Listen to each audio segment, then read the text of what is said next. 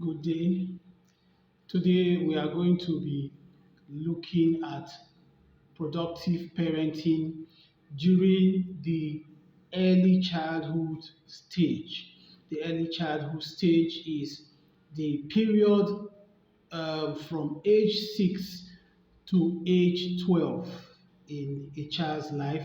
Some experts divide this stage into from age 6 to age 8, they call that the early childhood stage, and then from age 9 to age 12, they call that the middle childhood stage. But for the purposes of what I'm going to be teaching, I'm going to merge both stages. So for us today, the early childhood stage is the period between age 6 and age 12. Productive parenting is also needed at this stage. It is a stage of life where children build their personalities and their identities. Personality means who is your child to you and to themselves. Who are they to you? Who are they to themselves? And then their identity is what they are known as. What do those around them know them as? What are they identified with? So it's a very important time in the child's upbringing. Care should be taken as well, just like every other stage, to raise a child properly. I made a very long list of things to take note of as a parent during this child the stage of early childhood of a child. Please take note at every point, at every stage in the life of a child, the parent has work to do to be able to make sure that that child grows to become a productive member of the family and indeed of the society. I made a long list of what is expected of parents during the early childhood stage, which is the stage between 6 and 12 years of age for a child. The first thing as a parent, if you have a 6-year-old to a 12-year-old at home, is you have to be positive. You have to be positive. Your attitude towards life, your child will pick it up a lot. A lot of people who, as they say in the US, a lot of people who are morning people, as they call them in the US, morning people, people who get up in the morning and they are ready to go, they are ready to work hard, when they wake up, they are singing. And then there's another set of people, they wake up in the morning and you have to force them to wake up. They have to take large amounts of coffee. Some need a lot of motivation to start the day. A lot of these things have their roots in childhood. When you are raising a child, especially at this stage, at this early childhood stage, you must have a positive attitude. You must make yourself to be a morning person, as it were. You wake up in the morning, you wake up singing, you wake up smiling, you wake up dancing, and you teach your children to do so. Live a positive life, even in the midst of challenges, problems that we all know are part of life. Teach them how to smile, how to sing, how to dance in the midst of all those things. It helps them to be, as they say, morning people, people who are ready to go as soon as the day is daybreak. That helps a person to develop good habits in life, help a person to be very productive in life. So it is something they must learn from you. Children at this stage as well also copy a lot from their parents, so you have to be positive. You must not be the kind of person who is always grouchy, kind of parent who's always grouchy, always frowning, always has a serious face. It will not help your children to learn how to face life positively. Second on my list, be sensitive to your child's needs. Children in the early childhood stage have their own personalities. They are trying to build their individuality. They have needs. They have things that they want. A child in this stage may tell you, "I want to plait my hair. I don't want to cut my hair anymore." As far as it is not against anything that you believe in, you should be sensitive to such things. A child may start telling you, "I prefer wearing trousers, I don't like wearing dresses." Be sensitive to such things. Don't just brush them off. If you don't like them, discuss them with your child. Don't just brush them off, talk with them about it, but be sensitive to the things they say, to the things they like, and to the things they don't like at this stage is very important. Provide love and support. Always be there for your children. They are 6 years or they are 12 years. They still need hugs. They still need time with their parents. They still need playtime, time that you sit with them and you laugh, times that you sit with them and you discuss things, you crack jokes, you watch TV together, you play games together. Show them a lot of love. They still need a lot of love. When children do not get love from their parents, they will get it from somewhere else. That's when they start gravitating towards friends. And by the time they enter the teenage stage, that will be a very, very, very disadvantageous position for them to be in. Getting love only from peer groups is not the best. When we get to the teenage section of the chapter, we will also discuss why it is essential for parents to show love and support, and so that the child will not need to get it from somewhere else. The next there is teach them honesty. You teach them how to be honest. Teach them that lying is not something they should be doing, because it's a time where they start getting very clever.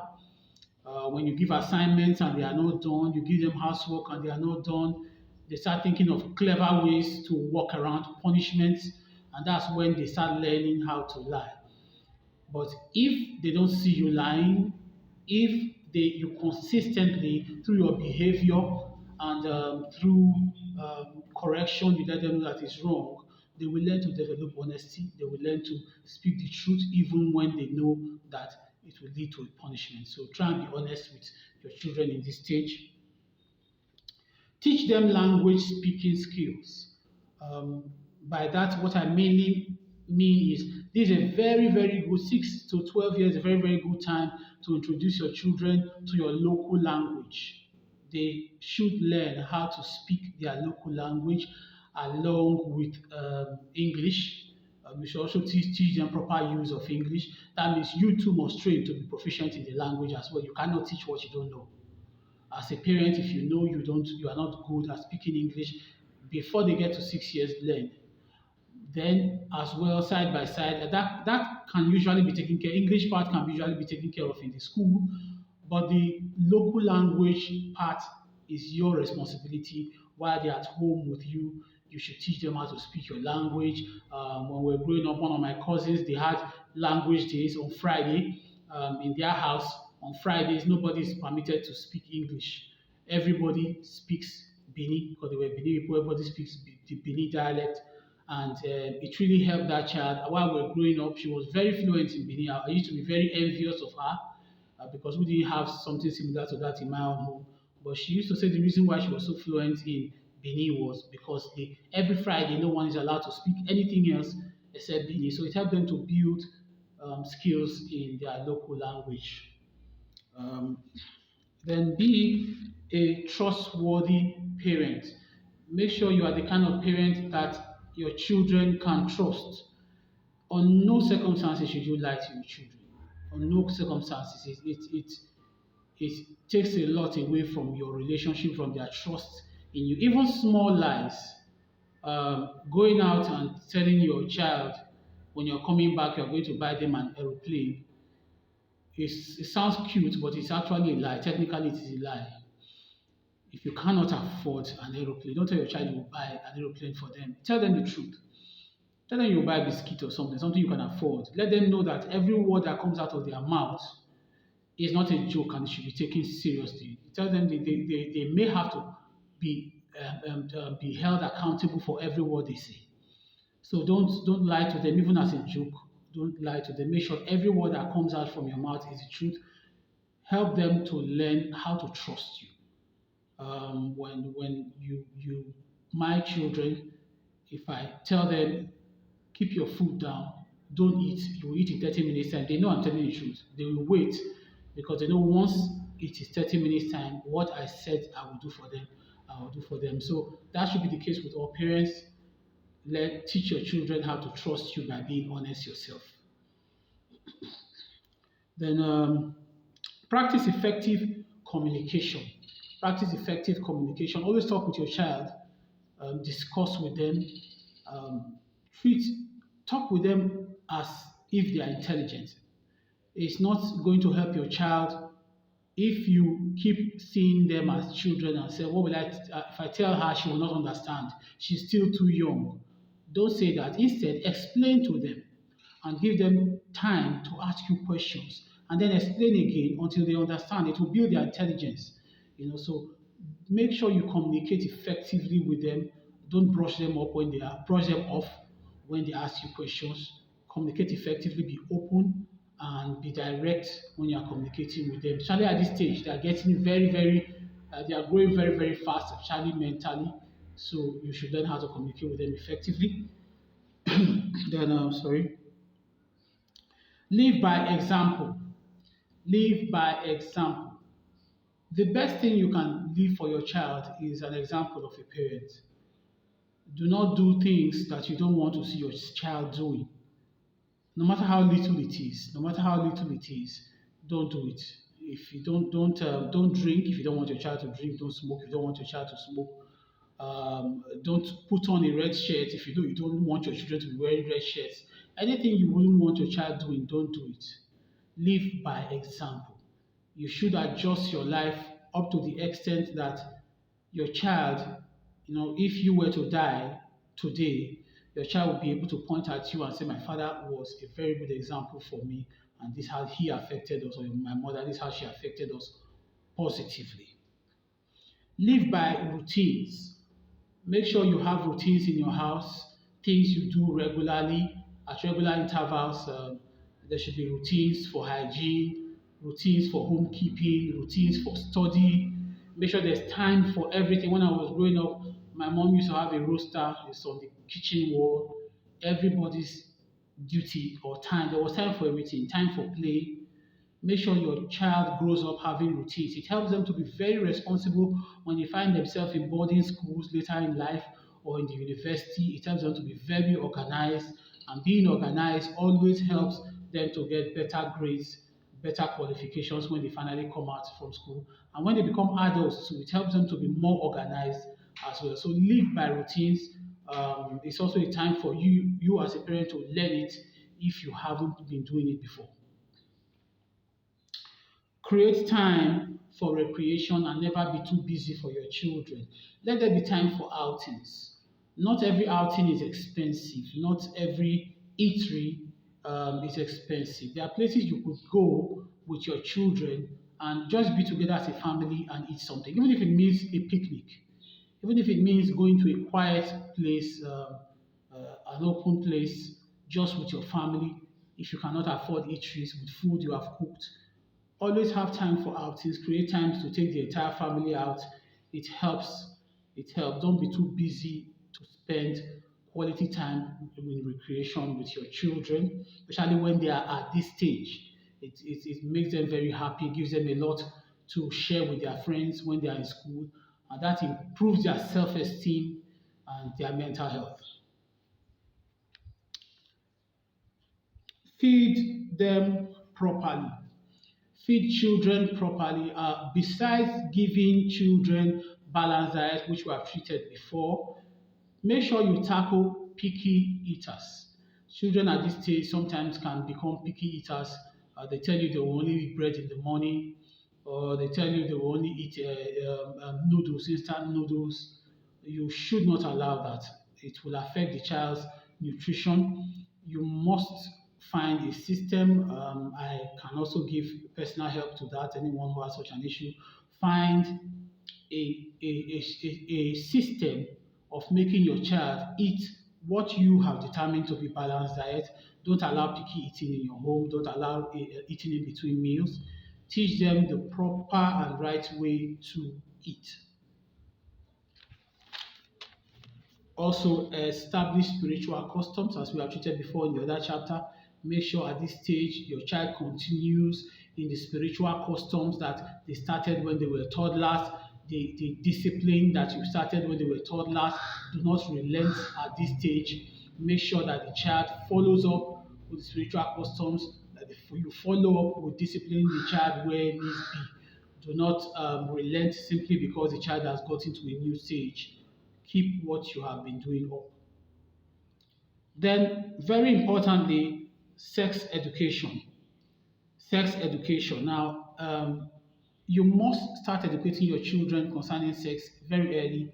Um, 8 to 12 is not too late. Even 6 to 12 is not too late. You must teach them about reproduction, about their body parts, because they are going to be, some of them develop very quickly. By some children hit puberty by 7 or 8. And so they need to understand before it happens what is happening to them. So you must have a plan for giving them sex education. They shouldn't hear it from the school first. They most definitely should not hear it from their friends first. You should find out from the school.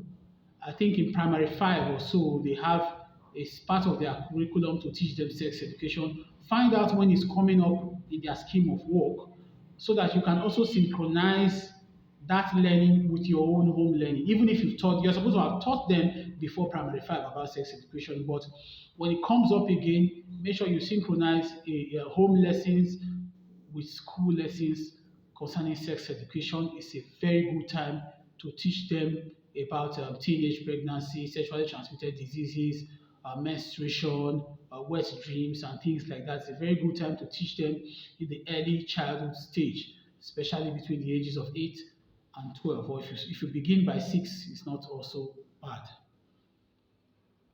Set rules for internet use. By this age, any childhood stage, the children will be used to the internet. Set your rules. If you don't want social media, make sure they understand your rules concerning that too, and set rules for your internet usage. Limit their internet time. They should have time for other things, for play and for studying as well. Then introduce physical activity that they can do for life. It's a very good time between the ages of 6 to 12 to pick a sport for your child. It may be soccer, it may be table tennis, it may be anything physical, something that they can start doing and they can even develop into a career later in life. It may cost you money to do this, but parents should be prepared to spend money on their children. You may need to buy a table tennis board, you may need to buy a soccer ball, something that they can be doing on a regular basis. On weekends, they can play with their siblings, or you can even enroll them in a sports club.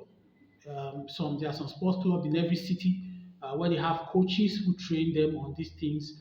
Tell something they can do, physical activity that they can do for life. This is the best time to introduce them to it. Also, it's a very good time to introduce a skill acquisition, a skill that that can be acquired at this time that they can also use for life. If their mother is a tailor, for instance, it's a good time for her to start teaching the children how to sew. If you teach them also little things like how to bake, they can develop culinary skills. Teach them crafting, teach them different kinds of handiwork. It's a very good time to teach them things that will become useful to them in the future. Holidays should not be wasted traveling and going out. It's a time where you can enter into an apprenticeship with someone, supervised apprenticeship, of course, when the child is very young.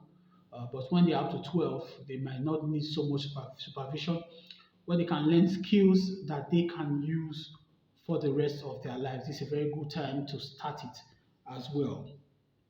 Also, your home training schemes that were started when they were children should not be um, put down. They should also be taught respect. They should also be taught courtesy. Now, at this stage, you should consolidate, reinforce their knowledge of respect and of courtesy at this stage as well. We are going to be ending the video here. Subsequent videos will talk more on how to parent the child during the early childhood stage, which is the stage between 6 years to 12 years. Please do well to use the comment section to ask questions. Until we meet again, thank you.